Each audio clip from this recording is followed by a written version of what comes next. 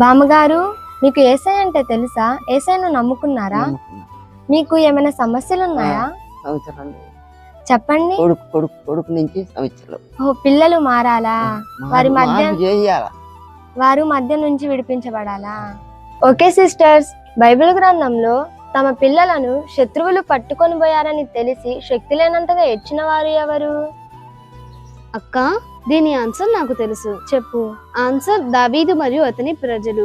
Reference మొదటి సమయాలు గ్రంథము 30వ అధ్యాయము 1వ వచనం నుంచి 5వ వచనం వరకు. బామ్మగారు, తల్లిదండ్రులు తమ పిల్లల మీద ప్రాణాలు పెట్టుకుంటారు. అలాంటి పిల్లలు మద్యంలోను చెడు వ్యసనాలలోనూ పాడైపోతే వారు తట్టుకోలేరు. కాబట్టి అలాంటి వాటిలో నుండి వారిని విడిపించాలి అంటే దేవుడు ఒక్కడే. యేసయ్యను నమ్ముకుంటే ఆయన అలాంటి వారిని రక్షిస్తాడు. కాబట్టి మీరు యేసయ్యను నమ్మి ప్రార్థన చేయండి. మీ విశ్వాసం ఎక్కడికి పోదు బామ్మగారు. మీ పిల్లల్ని బట్టి మేము ప్రార్థన చేస్తాము. బామ్మగారు, దేవుడు మీకు అన్యాయం చేయడు. ఏమంటారు సిస్టర్స్? That's right.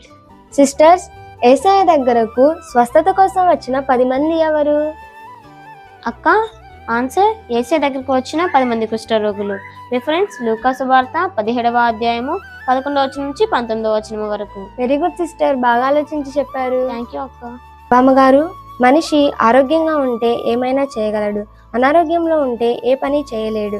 కాబట్టి అనారోగ్యాన్ని పోగొట్టుకోవాలి అంటే డబ్బులు ఉండాలి. ఒకవేళ డబ్బులు ఉన్నా కొన్ని తీరని బాధలు ఉంటూ ఉంటాయి. అలాంటి సమస్యలలో యేసయ్య దగ్గరకు వచ్చి విశ్వాసంతో ప్రార్థిస్తే ఆ సమస్యలన్నీ తీరిపోతాయి. సిస్టర్స్, ఈ తల్లిగారి గురించి మనం చిన్న ప్రార్థన చేద్దాము. ప్రభువా, ఈ తల్లిగారికి ఉన్న అనారోగ్యమును తీసివేసి నీ యందు నమ్మిక ఉంచే బిడ్డలాగా చేయమని యేసుక్రీస్తు నామములో అడిగి వేడుకొనుచున్నాం తండ్రి. ఆమేన్. బామ్మగారు, ఇక నుంచి మేము రోజు మీ సమస్య కోసం ప్రార్థన చేస్తాము. బాయ్ బాయ్ అమ్మమ్మ. సిస్టర్స్, రక్షణ తీసుకోవాలి అంటే నేనేమి చేయాలి అని అడిగిన జైలర్ ఎవరు?